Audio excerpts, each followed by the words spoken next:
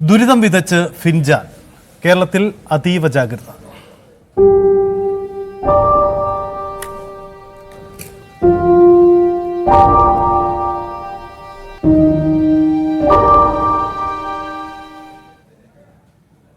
വടക്കൻ കേരളത്തിൽ അതിതീവ്ര മഴ മുന്നറിയിപ്പ് തുടരുന്നു. മലപ്പുറം, കോഴിക്കോട്, വയനാട്, കണ്ണൂർ ജില്ലകൾക്ക് പുറമെ കാസർഗോഡും റെഡ് അലർട്ട് പ്രഖ്യാപിച്ചു. ഇടുക്കി മുതൽ പാലക്കാട് വരെയുള്ള 4 ജില്ലകളിൽ ഓറഞ്ച് അലർട്ടിൽ മാറ്റമില്ല. മലയോര ജില്ലകളിൽ ജാഗ്രതാ നിർദ്ദേശം തുടരുകയാണ്. ഏതു സാഹചര്യവും നേരിടാൻ സംസ്ഥാനം പൂർണ്ണ സജ്ജമാണെന്ന് മന്ത്രി കെ രാജൻ പ്രതികരിച്ചു. NDRFിന്റെ 4 സംഘങ്ങൾ സംസ്ഥാനത്തുണ്ടെന്നും മന്ത്രി പറഞ്ഞു. എല്ലാവിധത്തിലുള്ള ദുരന്ത നിവാരണ നടപടിക്രമങ്ങൾക്ക് നേതൃത്വം നൽകുകയാണ്. എല്ലാ വകുപ്പുകളെയും കൂട്ടിയോജിപ്പിച്ചുകൊണ്ടുള്ള പ്രവർത്തനങ്ങൾ നടന്നു വരികയാണ്. രാത്രി മലഞ്ചെരുവുകൾ വഴിയിട്ടുള്ള യാത്ര ഏത് കാരണവശാലും ഒഴിവാക്കണം. ശബരിമല തീർത്ഥാടകരോട് നിർബന്ധമായും ചില കാര്യങ്ങൾ ശ്രദ്ധയോടുകൂടി തന്നെ ചെയ്യണം എന്ന് പറഞ്ഞിട്ടുണ്ട്.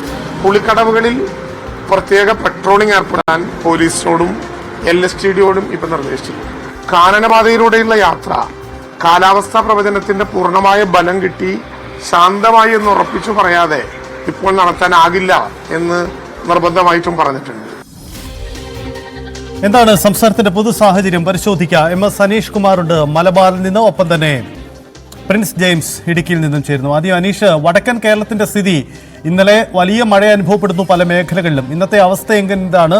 മഴയ്ക്ക് ശമനമുണ്ടായിട്ടുണ്ടോ? മുന്നറിയിപ്പുകൾ അതേ രീതിയിൽ തുടരുകയല്ലേ? സജിത്ത്, വടക്കൻ കേരളത്തിലെ ജില്ലകളിലെ മുന്നറിയിപ്പ് അതേ രീതിയിൽ തന്നെ തുടരുന്നു. എന്നാൽ മഴയ്ക്ക് നേരിയ ശമനമുണ്ടായി എന്നതാണ് വസ്തുത.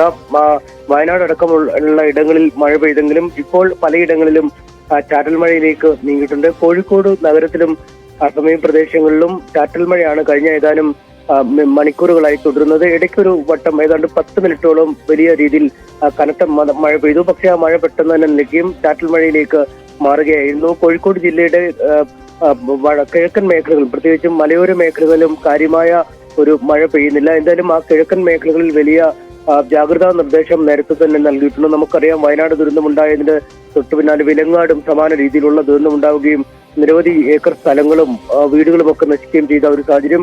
അതുകൊണ്ട് അത്തരം മേഖലകളിൽ ഉരുൾപൊട്ടൽ സാധ്യത അടക്കം പ്രവചിക്കപ്പെട്ട ഒരു കാലാവസ്ഥ നിർദ്ദേശമാണ് നൽകിയിട്ടുള്ളത്. അതുകൊണ്ട് തന്നെ ആ മേഖലകളിൽ വലിയ ജാഗ്രത പാലിക്കുന്നുണ്ട്. ഒപ്പം ഈ പുഴയോരങ്ങളോട് ചേർന്ന് താമസിക്കുന്നവരും ഒക്കെ മാറി താമസിക്കണം, അല്ലെങ്കിൽ അതുപോലെ ജലനിരപ്പിന്റെ ഒരു വരവ് അനുസരിച്ച് കാര്യങ്ങൾ ക്രമീകരിക്കണമെന്ന നിർദ്ദേശം നൽകിയിട്ടുണ്ട്. സർക്കാർ ഉദ്യോഗസ്ഥർക്ക് പ്രത്യേക ജാഗ്രതാ നിർദ്ദേശവും നൽകിയിട്ടുണ്ട്. എന്തായാലും നിലവിൽ സ്ഥിതിഗതികൾ നിയന്ത്രണ വിധേയമാണ്. ഒരു അതിതീവ്ര മഴ എന്ന രീതിയിലേക്ക് കാര്യമായ ഒരു മാറ്റം ഉണ്ടായിട്ടില്ല. അതാണ് വടക്കൻ കേരളത്തിലെ സാഹചര്യം. അതാണ് ഇടുക്കിയിലേക്ക് പോകുമ്പോൾ പ്രിൻസ് ജെയിംസ്. പ്രിൻസ്, ഇടുക്കി മലയോര മേഖലകളിൽ വലിയ ജാഗ്രതാ നിർദ്ദേശം ഉണ്ടായിരുന്നു. ഇന്നലെ രാത്രിയിലുണ്ടായിരുന്ന ആശങ്ക അത് മാറിയോ?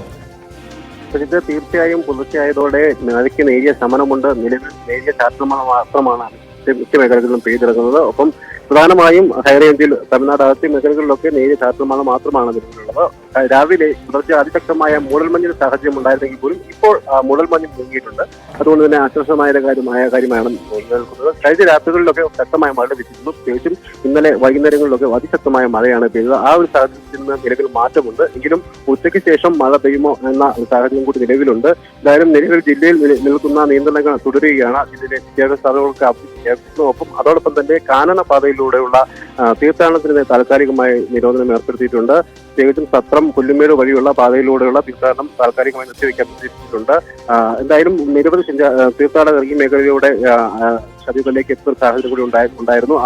ആയിരക്കണക്കിന് തീർത്ഥാടകർ കുമ്മടി, കമ്പംമേട്ട് മേഖലകളിലൂടെയൊക്കെ ജില്ലയിലേക്ക് എത്തി.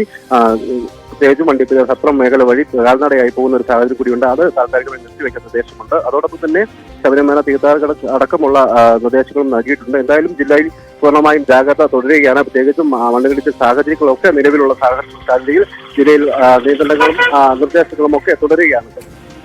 അതാണ് ഇടുക്കിയുടെ സാഹചര്യം. പത്തനംതിട്ടയിലേക്ക് പോകുമ്പോൾ ശശിനാരായണൻ ചേരുന്നു. ശശിനാരായണൻ, ശബരിമല തീർത്ഥാടകർക്ക് പ്രത്യേക ജാഗ്രതാ നിർദ്ദേശമുണ്ട്. പുഴകളിൽ ഇറങ്ങരുത്, ഒപ്പം തന്നെ കാനനപാതയിലൂടെ യാത്രയും നിരോധിച്ചിട്ടുണ്ട്. എന്താണ് ഇന്നലെ രാത്രിയിലുണ്ടായ ആശങ്കകൾക്ക് മാറിയിട്ടുണ്ടോ? എന്താണ് അവിടുത്തെ നിയന്ത്രണങ്ങൾ?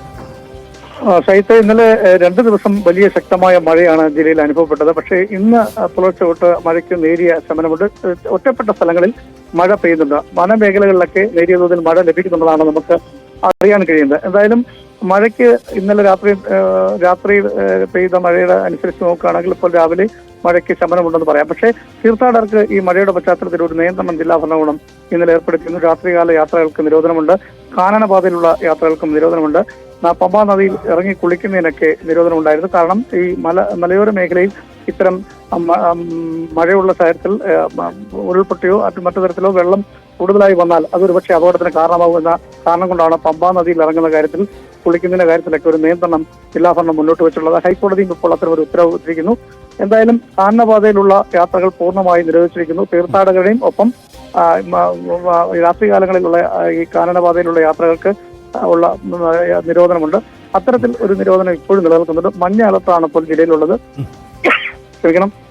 എന്തായാലും ഈ ജില്ലയിലുള്ള മലയോര മേഖല അടക്കമുള്ള മണ്ണിടിച്ചുള്ള മേഖല, അതുപോലെ തന്നെ ഉരുൾപൊട്ടൽ സാധ്യതയുള്ള മേഖലയ്ക്കൊക്കെ ഇന്നലെ 2 ദിവസം അതിതീവ്രമായ ഒരു മഴ ലഭിച്ച സാഹചര്യത്തിൽ കടുത്ത നിയന്ത്രണങ്ങളും ജാഗ്രതയും ജില്ലാ ഭരണകൂടം നിർദ്ദേശിച്ചിട്ടുണ്ട്. അതിപ്പോഴും തുടരുകയാണ്.